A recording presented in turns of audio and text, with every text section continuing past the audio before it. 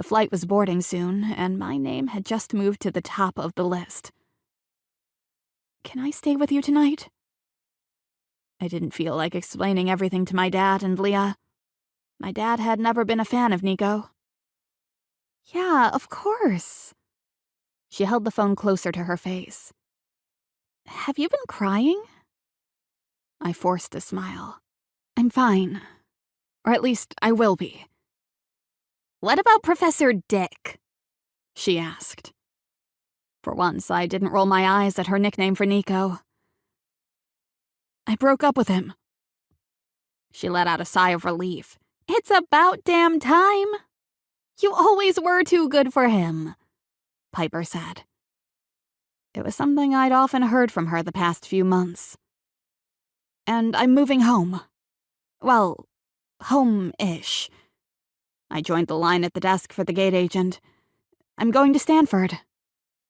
She cheered and did a little happy dance that made me smile. "That's awesome news. We're totally celebrating when you get here." "I could definitely use a drink," I said, more to myself. "What about the book tour? Have you talked to your mom?" My mom was a best-selling author known for her memoirs, and we'd agreed that I'd join her on her latest book tour this summer. Well, she'd suggested it in a way that sounded more like a demand, and I'd conceded, as always. "Geez, Piper, give me a second to catch my breath." "No way, you're on a roll, don't stop now."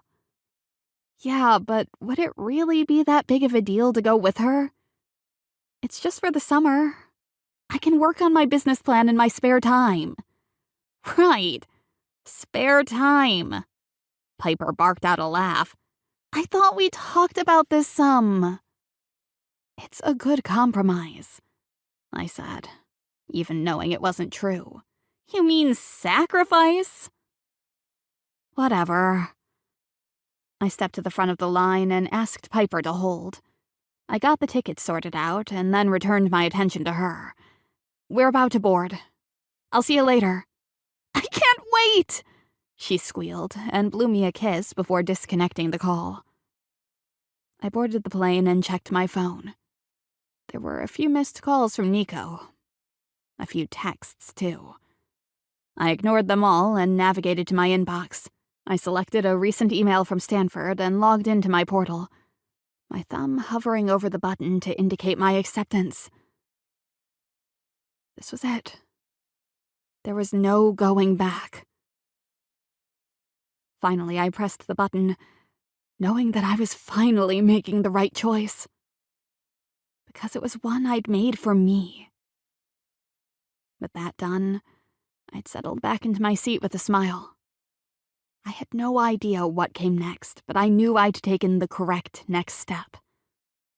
I'd finally listened to my inner voice, and I hoped it wouldn't lead me astray.